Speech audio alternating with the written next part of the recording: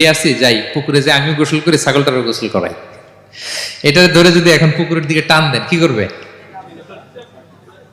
পা দুইটা এমন শক্ত করে মাটিতে ধরে রাখবে, আপনি যত টানবেন ওর ঘাড়ের চামড়া ছিঁড়ে যাচ্ছে, তারপরেও আসে না।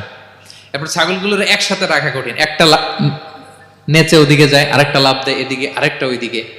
এদেরকে যদি কেউ একত্রিত করতে পারে তাহলে এই জাতিকে, মানব জাতিকে একত্রিত করা তার জন্য একেবারে সহজ, পানি ভাত, ঠিক কিনা?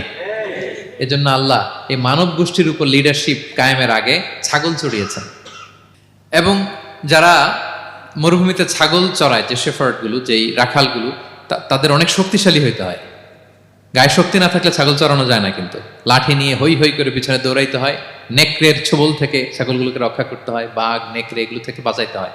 তার মানে এটা করার মধ্য দিয়ে এই জাতিকে কিভাবে জাহান্নামের আগুন থেকে বাঁচাবে নবীদের ওই ট্রেনিং হয়ে যায়।